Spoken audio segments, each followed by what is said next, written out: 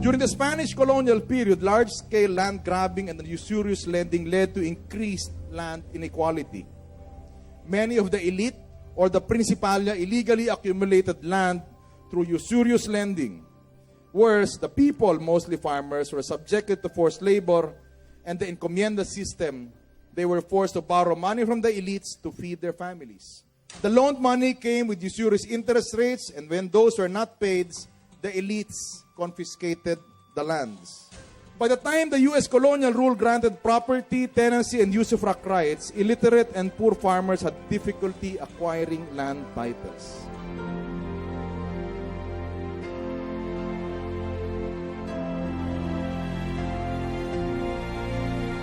Alam niyo, nagkaroon na ng land reform under the Americans. Mga lupa ng mga fraile, reform nila. Kaya lang, may poison pill yung land reform law na yun. Kasi sinabi, kung gusto niyo yung lupa, kailangan bibilhin nyo. Eh, anong gagamitin ng mga farmer para bibilhin? Walang binigay na, a long period of time to pay for it, etc. So, ang nakabili ng lupa, hindi yung mga farmers, kundi mga businessmen. Kaya nagkaroon sila ng katakot-takot ng daming land.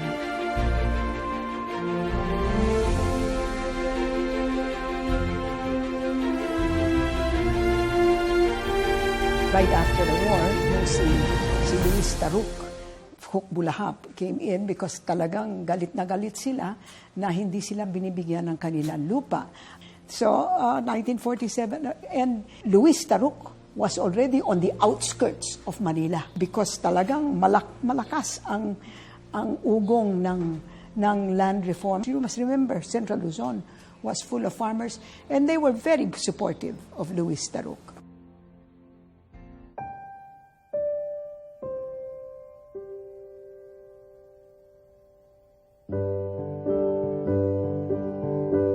Nagtrabaho ko sa water supply, ganun. Magandang trabaho ko dito eh. Hindi na masyadong mahirap. Maganda rin naman yun. Noong hindi pa nga kwan, maayos naman nung una.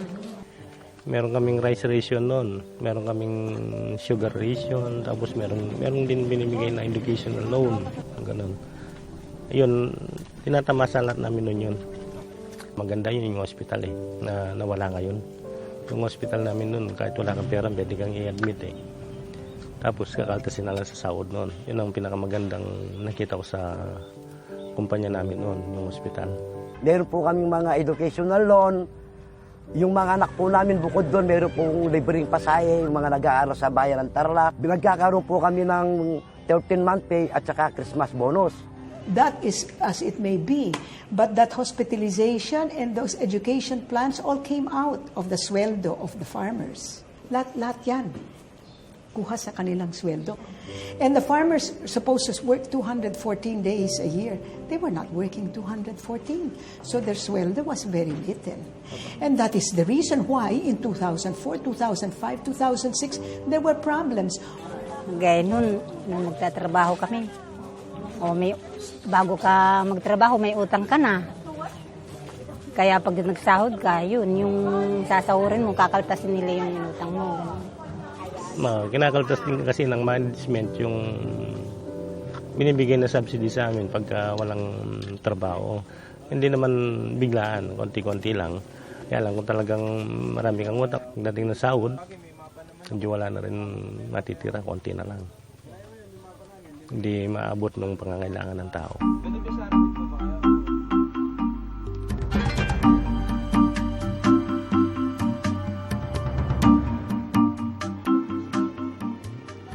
That land reform, that distribution of that Luisita land should have happened in 1968.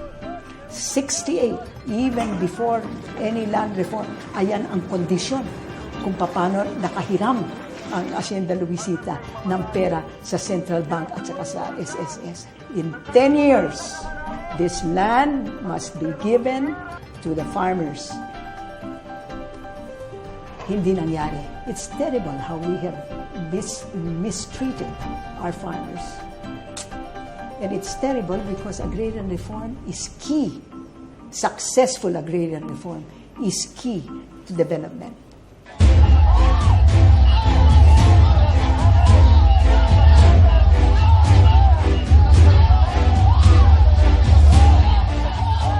Nagsimula po ang gulo rito magmula noong 2004. November 6, nag-strike ang mga manggagawa.